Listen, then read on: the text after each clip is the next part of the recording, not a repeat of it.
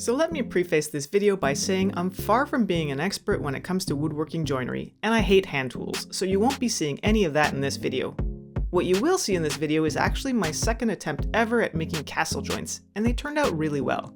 But that's not the point I'm trying to make. What I'm trying to say is that I believe that anybody with a table saw can succeed in making this joint perfectly by using the simple systematic approach I describe in this video. At least that's my hope. So with that, I hope you enjoy the video. And by the way, I have plans available for this coffee table build, so be sure to check out the links in the description below. I've already squared up my cedar posts and cut my pieces to length. The size doesn't really matter as long as they're perfectly square. These shorter pieces will be the four legs and will essentially be the castle part of the joint. These other pieces over here will be the table aprons.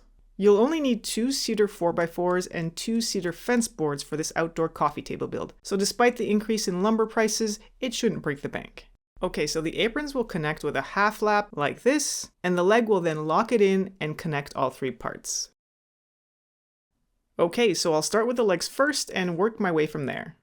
I picked up this great little combination square and 6-inch ruler at Princess Auto. First I'll measure the width of the stock and divide that number by 3, then set my combination square to that length.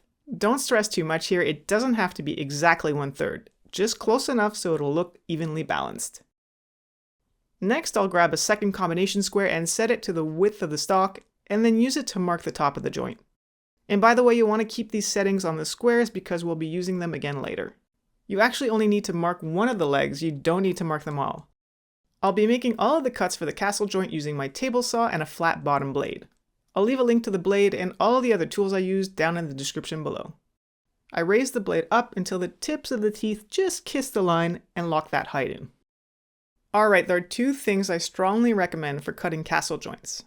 Number 1, make sure your stock is square, and number 2, you'll want a solid tenoning jig. This is one I made specifically for this build. It's essentially 4 pieces assembled into a tall box with one piece just above the fence and the other higher up for stability.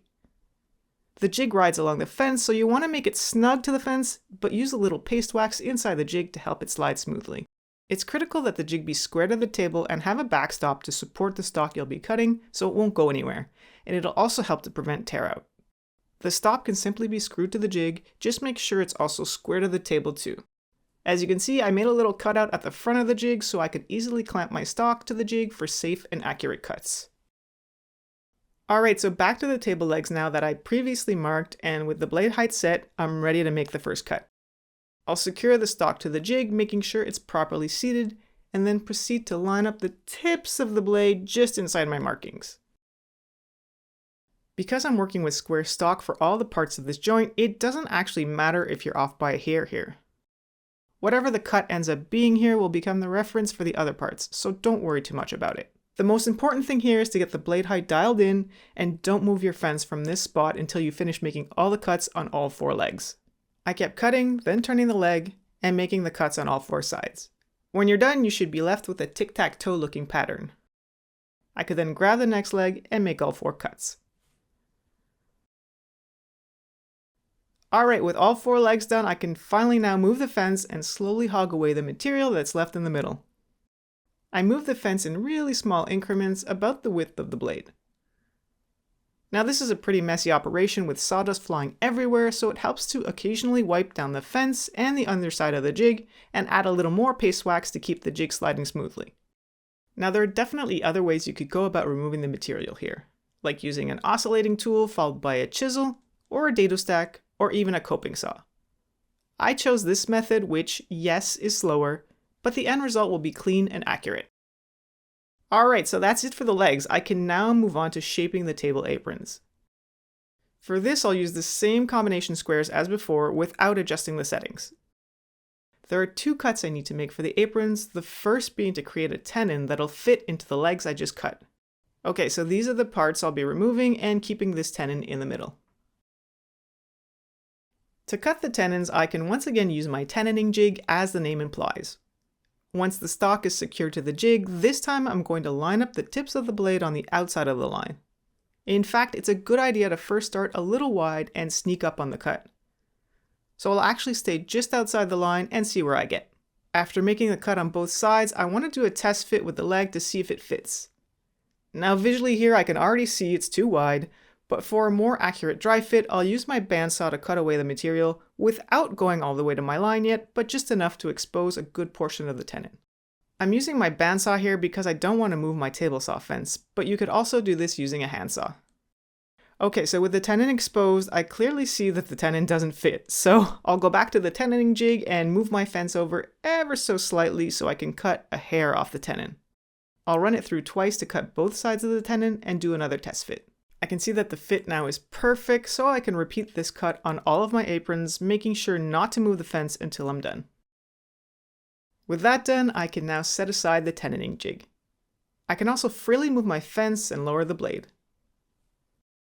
I'll set the blade height just below the tenon, making sure that the tenon clears the blade without hitting it. To cut off the shoulders of the tenon, I'll use my miter gauge. You don't want to make this crosscut directly against your fence, so I clamped a small stop and adjusted the fence until the blade was just inside the line. I made both cuts and went back to my table leg to do a test fit. Looks like my settings are just right, with the end of the tenon perfectly flush, so I can confidently proceed to cutting the shoulders off the rest of the aprons. Alright, so I've now got my legs cut and my aprons cut, but there's one final cut I need to make to the aprons for this castle joint to all fit together. And that's a cross lap joint within the tenons themselves. To mark where to cut the lap joints on the tenons, I'll slip on one of the legs and mark the edges with a pencil. Next I need to make another mark halfway.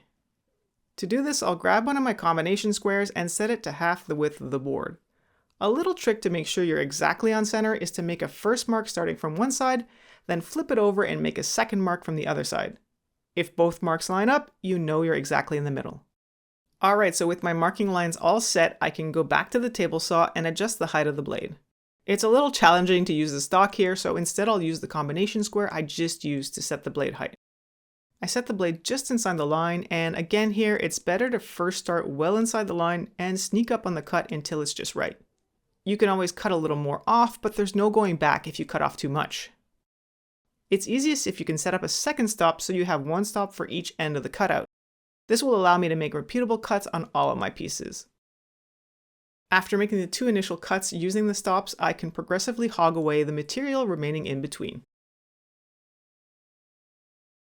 Once I had the width dialed in just right, I could make all the cuts in all the aprons almost on autopilot, simply using the stops and grinding away in the middle.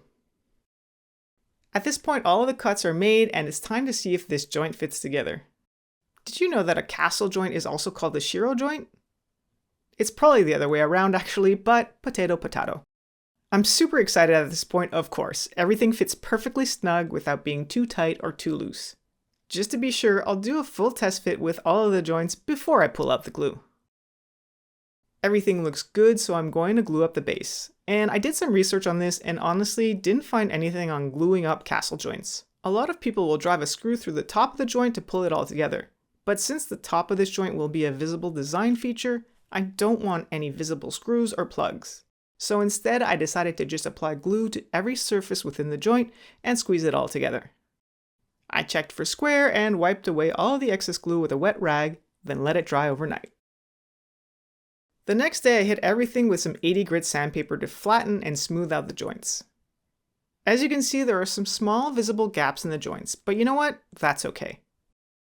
My biggest concern is water getting into the joints, seeing as this table will live outdoors, so I'm going to pour some glue into the joints and rub some cedar sawdust into the mix, working the paste into the joints.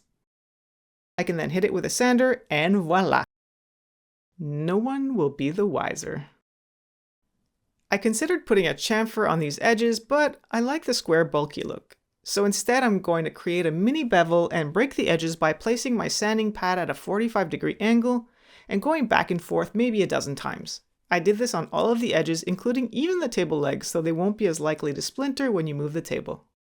Okay, it's time to add the tabletop and complete this coffee table. I'll start by cutting the rounded edges off of 2 cedar fence boards. I can then cut 4 pieces to length at the miter saw using my stop block and also rip 2 thinner pieces as well. Okay, so the thin pieces will go like this across the apron and will essentially hold up the planks that will make up the top and sit flush with the aprons. So in order to get the height just right, I measured the thickness of the board and then marked that distance with my combination square.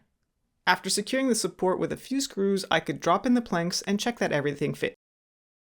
Now I could easily screw these planks down, but I don't want any visible screws, so instead I'm going to flip the table over and attach them from underneath using some corner braces. I used one corner bracket per plank and worked my way up one plank at a time. After assembly, the table had a hollow sound to it, so I ended up adding this small strip in the middle, which helped cut down on the vibrations. I hope you like this build and that it might inspire you to try out castle joints yourself. If you're interested, I have plans available for this coffee table build, which include instructions for the tenoning jig too. You can check out the link to the plans in the video's description below. For now, I'm leaving this table raw without any finish, but eventually when I refinish my cedar deck, I'll likely sand down the table and apply the same finish to it as well. Until next time, thanks for watching, see you soon.